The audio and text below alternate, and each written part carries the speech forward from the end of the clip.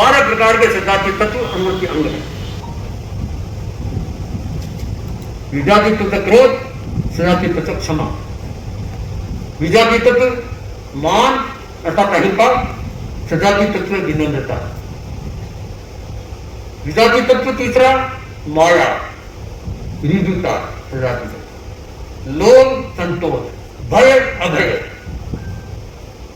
शोक आनंद, घृणा मैत्री, काम वासना ब्रह्मचर्य, मिथ्यात्व सम्यक्त्व, हर्ष समता, प्रमाद प्रमाद जागरूकता, वेदना का संवेदन सहनशीलता। अब ये बताइए ये 12 प्रकार के जो सजातीय तत्व क्या क्या नहीं है। और जहां जीवन के अंदर में 12 प्रकार के विजातीय तत्व खत्म होते जाए, सब होते जाए, तत्व होते जाए, तो सजातीय तत्वों का विकास हो। भाइयों बहनों, जीवन आनंदमय बन जाता है, शांतिमय बन जाता है। और आगे बढ़ने में जैसे मैंने कहा कि मुझे भी अनुभव ने दिए, अनुभव का ऋणी हूं, उसने मेरे को बहुत बड़ा उपकार किया और जिसके कारण मैं आगे प्रतिमा की साधना में विकास कर मैंने साध्य लेने के बाद बस हमारी जड़ तो है, रूट से हमारी मजबूत बन जाए। आपने जब जेठाभाई झवेरी का जिक्र किया था तो आपने कहा था कि उनकी दीक्षा नहीं हो पाई कारण कि वहाँ कोई संत नहीं थे।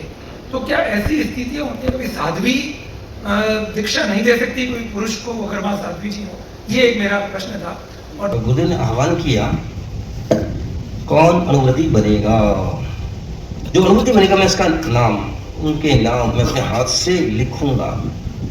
गुरु नाम लिखे, इससे बड़ा शोभा की क्या हो सकता है। इतिहासकार मानते हैं उस दिन 73 ऐसे व्यक्ति थे जिन्होंने खड़े होकर के नाम लिखवाया कि हम अनुव्रत के 84 नियमों का विधिवत पालन करेंगे। मेरा प्रश्न ये है, क्या अनुव्रत के सिद्धांतों को हम कार्यक्रम में प्रश्नोत्तर के साथ निष्कर्ष का भी कार्यक्रम रखा गया और लोगों की जिज्ञासाओं का समाधान किया गया। आदमी के गले उतर जाएगा, हम सब मनुष्य हैं, मानवता हमारा धर्म है, मानवीय एकता के सहारे हम आगे बढ़ सकते हैं। और आप देखिए कि शांति के बिना विकास भी नहीं हो सकता।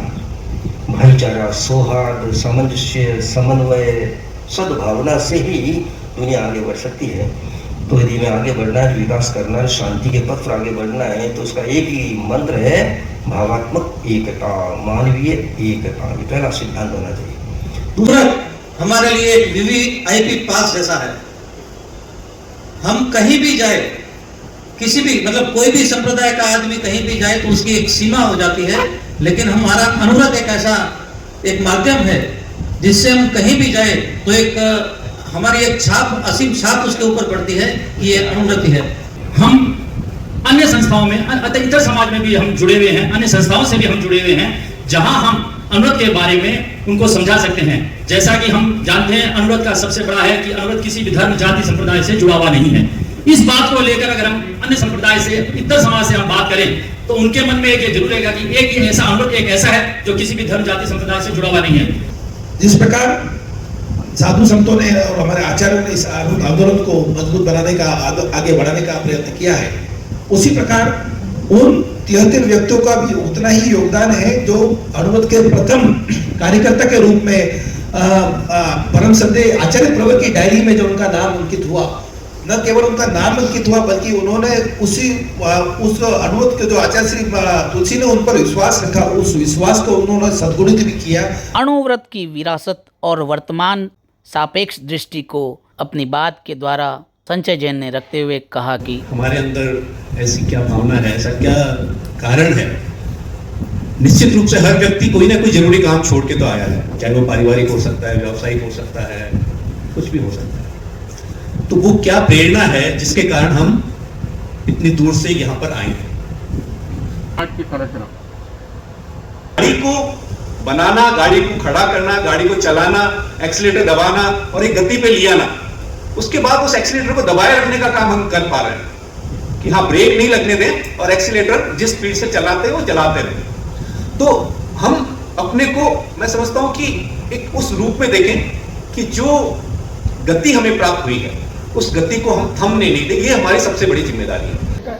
प्रतिकूल परिस्थितियों में भी उन्होंने अनुव्रत, नैतिकता इन चीज़ों को नहीं छोड़ा और उन परिस्थितियों में विजय पाई। उन्होंने अणुव्रत को कोई प्रोग्राम के स्टेज पर नहीं जीकर अपन स्वयं के जीवन के जीवन हर में स्टेज में जिया। ध्यान से जुड़ाव, ये भी अब देखिए उन सबके जीवन में आपको मिलेगा कि कोई ना कोई रूप में वो अध्यात्म से जुड़े रहे, चाहे वो कट्टर धार्मिक हो या नहीं हो, लेकिन अध्यात्म उनके जीवन में, सबके जीवन में मिलेगा। समन्वय और सद्भाव की नीति, परिवार में कैसे समन्वय और सद्भाव बना रहे, ये भी एक उसका बाई प्रोडक्ट कह सकते हैं। जो कुछ उन्होंने अणुव्रत को जिया उसका हम बाई प्रोडक्ट मान सकते हैं। प्रामाणिकता को उन्होंने प्रथम रखा, कानून सम्मत व्यवसाय किया, अर्जन के साथ विसर्जन किया और अन्याय शोषण से दूरी रखी।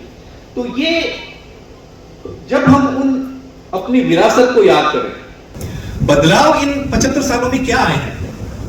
पहला बिंदु हम ले सकते हैं कि मन, मस्तिष्क और शरीर विज्ञान के क्षेत्र में नए शोध हुए और नए रहस्योद्घाटन हुए। दूसरा बिंदु हम ले सकते हैं जीवन की द्रुत गति के साथ बढ़ती मानसिक व भावनात्मक समस्याएं।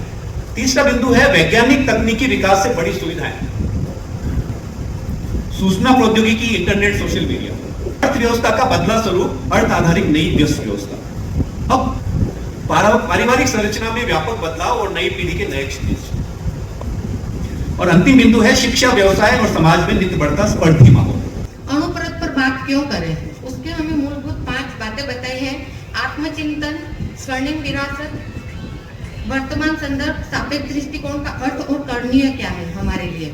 ये सब बात में अगर एक टॉपिक भी अगर हम ले लें तो हमारा जीवन सारभूत हो जाएगा, जिसमें इन्होंने काफी कुछ हमें बुक्स और ऑथर्स के नाम बताए हैं, जिसमें पेरेंटिंग के लिए काफी कुछ बात की गई है। और ये चिंतन इस तरह का है कि आज के वर्तमान की ज्वलन समस्या है मथेन वंदामी कि जो भावी पीढ़ी के इर्द गिर्द हम काम करते हैं, हम ज्यादातर हम लोग स्कूल्स में जाते हैं और भावी पीढ़ी के आसपास तो बच्चों के साथ साथ पेरेंट्स भी होते हैं ना, तो टीचर्स भी जिज्ञासा व्यक्त करते हैं कि बहन या मैडम हम किस तरह से बच्चों को समझाएं, क्या प्रवृत्तियां रहे। जो कॉन्सेप्ट हम भाई साहब ने पूरा अच्छी तरह से कवर किया है और इस चीज को क्लियर भी किया है इन्होंने।